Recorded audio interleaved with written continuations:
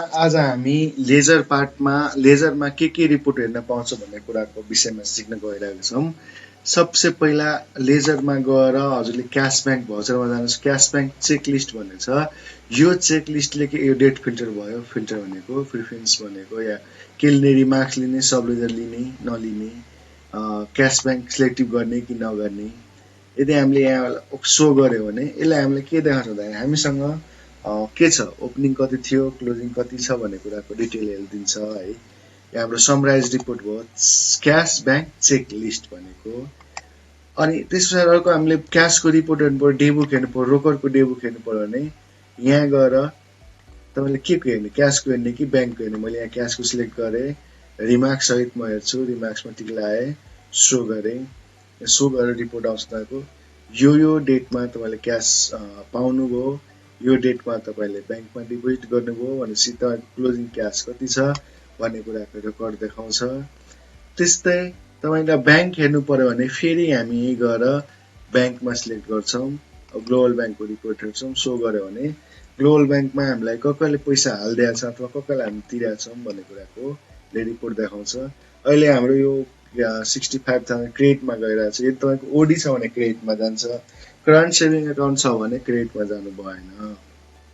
त्यस्तै अर्को पाटो छ हाम्रो नेगेटिभ क्यास ब्याङ्क रिक्वायरमेन्टहरू छ, क्यास बुकहरू छ, चेक बुकहरू छ, ब्याङ्क रिकन्सिलिएसन छ, नेट पोजिसन फन्ड छ, पोस्टेड चेकको इन्ट्री छ। नेट पोजिसन फन्ड भनेको हामीसँग एक्चुअली फन्ड कति छ, क्यासमा कति छ, ग्लोबलको कति छ, क्यास इन टोटलमा कति छ, रिसिभेबल कति छ, पेबल कति छ भन्ने कुराको रिपोर्टहरू भयो यो। अर्को पार्टमा अब डेबुक, जुन तपाईँको दिनकै पुरै हाम्रो कुन दिनको डेबुक हेर्ने फिल्टर डेबुक फिल्टर गर्छौँ र ओके गर्दाखेरि सो गर्यो भने हाम्रो पुरै समराइज आउँछ डेबुकको, डेबिट के भयो, क्रेडिट के भयो भन्ने कुराको यसले हामी डेबुक रिपोर्ट पाउँछौँ।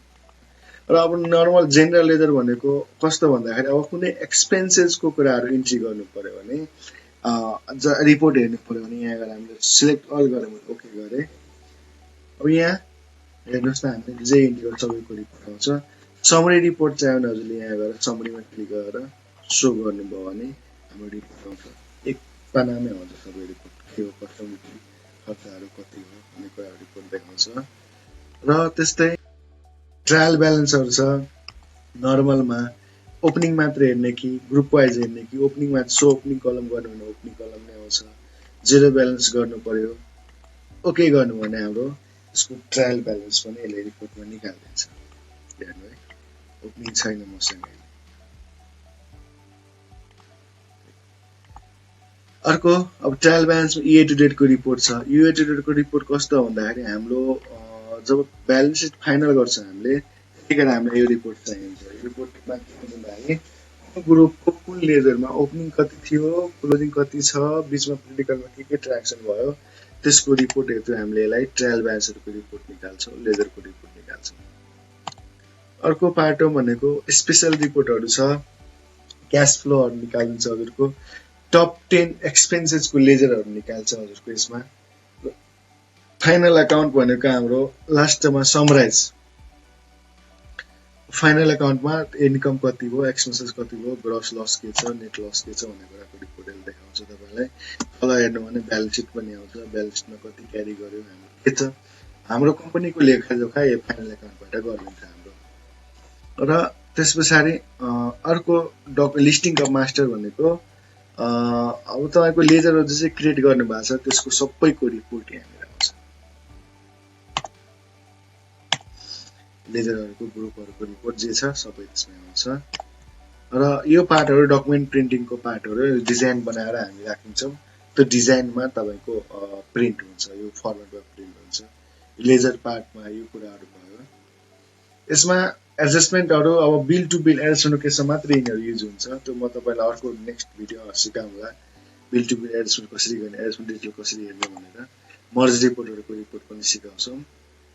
त्यस्तै अब हाम्रो यसमा मेन भनेको हाम्रो general ledger, trial balance, final अकाउन्टहरू हो। That was all for this tutorial. Thank you for watching this video. Leave a like if this video was helpful to you. We would love to have you with us. So do subscribe to our channel and press the notification bell for more tutorials in the future.